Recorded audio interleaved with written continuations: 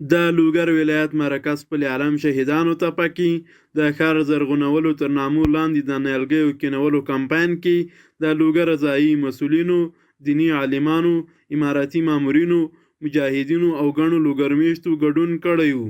مسؤلین وایي چې له دې وړاندې یاده تپه کې 12,000 نامې لرونکي نیالګي او زینتي بوټي کرلي او تازه 3,000 نور هم پکې ایښودل کېږي. غونډۍ کې موږ تقریبا 12,000 نیال اوس ایښي دي او پروس کال او بل کال 12,000 نیال موږ تکمیل کړي دي.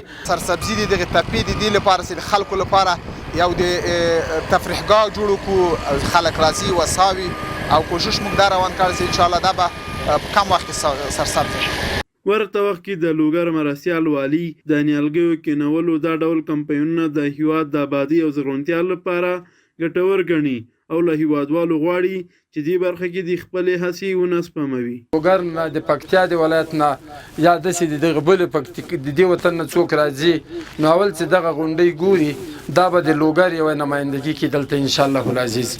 د لوګر ولایت اوسیدونکي هم د ځایي مسؤلینو له دې کمپاین خوښ دي او د شهیدانو تپه د تفریح او چکر لپاره ښه ځای ګڼي. یک تپه است که الحمدلله بسیار یک نمای خوب داره. پارسال هم د اینجا نیال شانی شده بود، امسال هم او د لوګر لپاره دا یو اولین ځای دی چې تفریح لپاره په لوګر ولایت کې کار پرې روان ده او جوړیږي. د لوګر ولایت د ځایي مسؤلینو په وینا چې دې سیمه کې به د زرغونتیا ترڅنګ سیاحانو ته ګڼې نورې اسانتیاوې رامنځته کړي.